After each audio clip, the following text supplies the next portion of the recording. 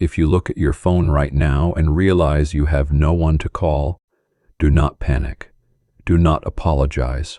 And for the love of God, do not try to fix it.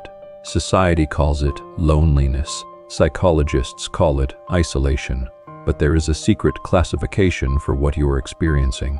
A classification that the ancient philosophers and modern power brokers keep to themselves. You are not broken.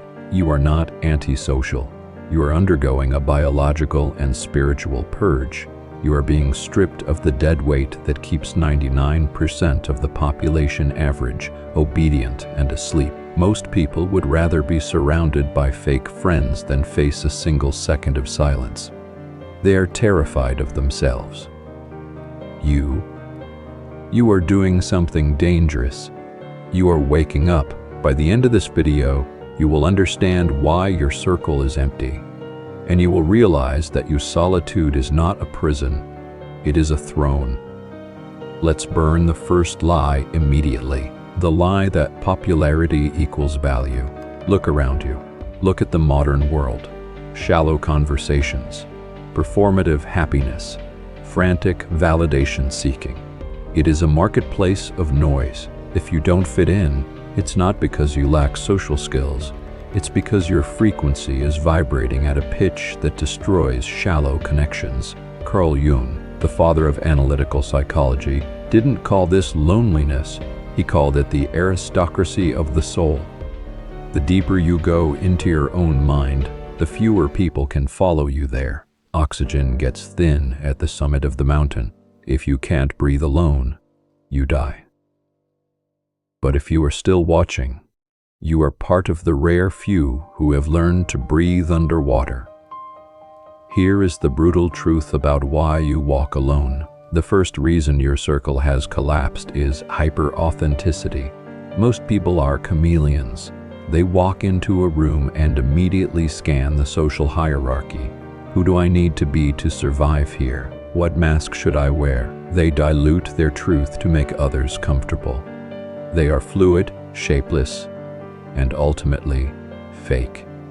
You lost that ability years ago. You have developed an intolerance for the counterfeit.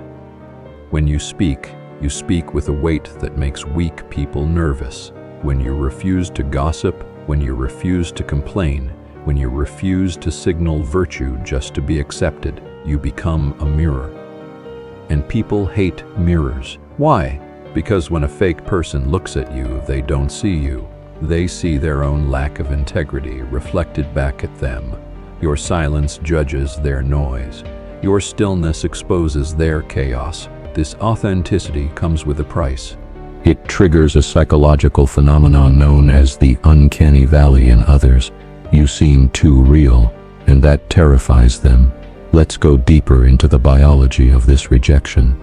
You need to understand the crab bucket theory. In psychology, this explains why your old friends suddenly become hostile when you start improving. If you put a single crab in a bucket, it can crawl out. But if you put a bunch of crabs in, they will physically pull down the one trying to escape. They don't do this out of malice. They do it out of instinct. Your growth signals their stagnation. Every time you choose the gym over the bar, or a book over a gossip session, you are holding up a scorecard that says they are failing. To the average mind, this is interpreted as a physical attack. Their cortisol spikes. Their defense mechanisms activate. They have to alienate you to protect their fragile egos. So when the invitations stop coming, do not mourn. It is simply the sound of the crabs realizing they can no longer reach your ankles. You have climbed too high.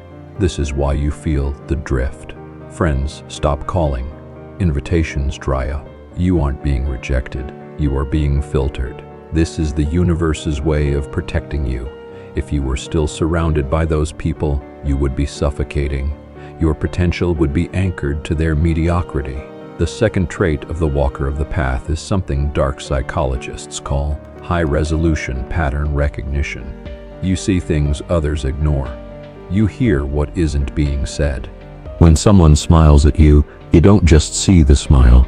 You see the micro-expression of envy twitching at the corner of their mouth.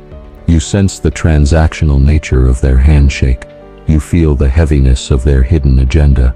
For the average person, ignorance is bliss. They can hang out with toxic people because they are blind to the toxicity. They can laugh with backstabbers because they don't see the knife. But you see the knife. You have likely asked yourself, why am I so critical? Why can't I just relax and let people be? Stop gaslighting yourself. You are critical. You are observant. Your intuition is a security system that has been upgraded to military-grade sensitivity. Carl Jung stated that the unconscious mind knows the truth long before the conscious mind accepts it. Your solitude is your intuition clearing the room before the bomb goes off. You cannot pretend to like people who drain your soul. You cannot force a connection where there is no resonance. This makes you difficult to the outside world. It makes you selective to the awakened world. Think of a master sculptor. Does he pick up every rock he finds on the side of the road? No, he walks past thousands of stones, looking for the one that holds the masterpiece inside. You are the sculptor. The people around you are just rocks.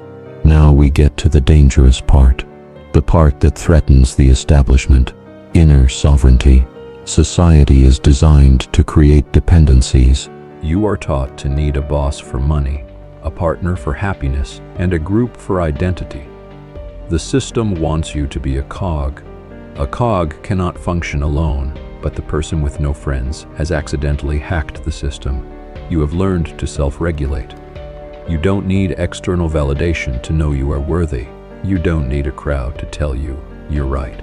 You have built a foundation of granite in a world of sand. This is what Jung called individuation. It is the process of detaching from the collective unconscious, the herd mentality, and becoming a distinct whole entity. Most people are terrified of silence because in silence they have to hear the voices in their own heads. They have to face their regrets, their fears, their inadequacies. So they turn on the TV. They scroll TikTok. They call a friend to talk about nothing. You have faced the silence. You have sat in the dark room of your soul and wrestled with your demons until they became your servants. Here is the controversial truth. If you can sit alone in a room for 4 hours without your phone, without distraction, and feel at peace, you are more powerful than 99% of the CEOs and leaders you admire. You possess the superpower of the 21st century. Focus. But we must address the pain. I will not lie to you. The transition to this sovereignty hurts. It feels like a physical ache in the chest. Why? Because you are an addict going through withdrawal.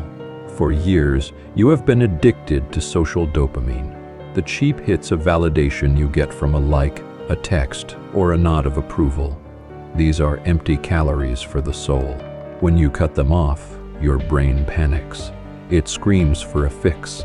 This is where 90% of people fail. They feel this emptiness and immediately rush back to the toxicity because it feels safe. But you must endure the withdrawal. Neuroscience calls this downregulation. Your brain is resetting its baseline. Once you push through this valley of silence, you enter a state of dopamine clarity. You start to find joy in things that used to bore you: the sound of rain, the texture of a page, the rhythm of your own breath. You are not losing your mind. You are getting it back from the pawn shop of society. Does this mean you will be alone forever? No, but it means the price of admission to your life has just gone up. You are no longer accepting general admission tickets. You are VIP only. This is not arrogance. This is quality control. When you strip away the fake friends, the energy vampires, and the time wasters, you create a vacuum. And the laws of physics state that nature abhors a vacuum. By walking alone, you are signaling to the universe that you are ready for a higher caliber of human being. You are waiting for the soul tribe. These connections are rare, they are intense, they are telepathic. You might only meet 2 or 3 of these people in your entire lifetime, but one of them is worth 10,000 acquaintances. You value loyalty over numbers. You value depth over breadth. You would rather have a single conversation about the nature of the universe than 1,000 conversations about the weather. This selectivity is a filter. It scares away the cowards. It intimidates the manipulators. But it acts like a beacon to the other wolves. Let's reframe your current situation. You are not lonely. You are in incubation. Every apex predator spends time in isolation before it dominates its territory. Every great mind goes into the wilderness before they change the world.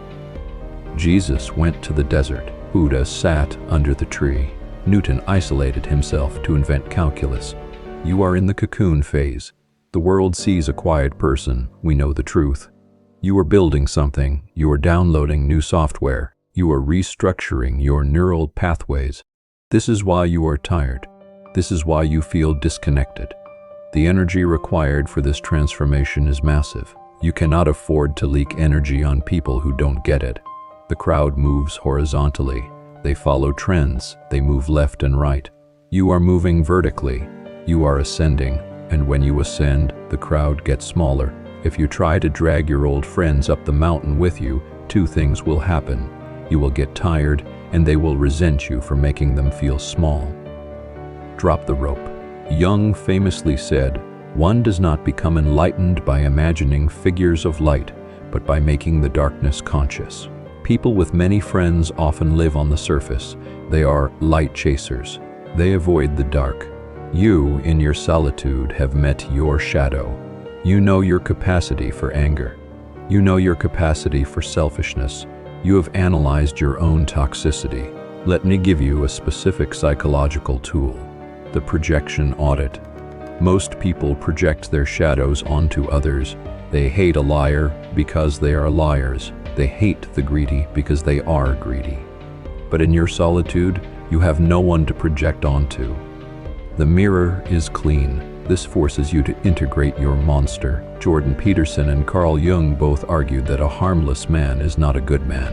A good man is a very dangerous man who has his monster under voluntary control. Through your isolation, you are learning exactly how dangerous you can be. You are learning that you have the capacity for cruelty, for manipulation, for destruction. And by acknowledging this, you gain the power to choose not to use it. This is the ultimate dark triad hack. While others are slaves to their impulses, acting out of subconscious rage, you are the master of your demons. You keep them on a leash. This doesn't just make you strong, it makes you lethal in a negotiation, in business, and in life. You are playing with a full deck of cards while everyone else is hiding their aces from themselves. This makes you dangerous, but it also makes you safe. A person who thinks they are nice is capable of terrible things because they don't know their own dark side. A person who knows their dark side has it under control. Your introspection is a weapon.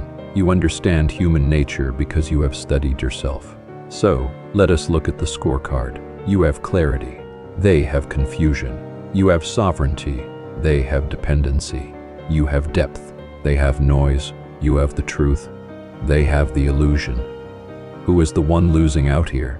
You have convinced yourself that you are the outcast, that you are the weird one.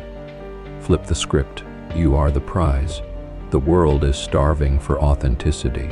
It is dying of thirst in a desert of fake personas. When you finally decide to engage, when you finally decide to let someone in, it is a gift. Your attention is a currency that has appreciated in value because you haven't debased it by giving it to everyone.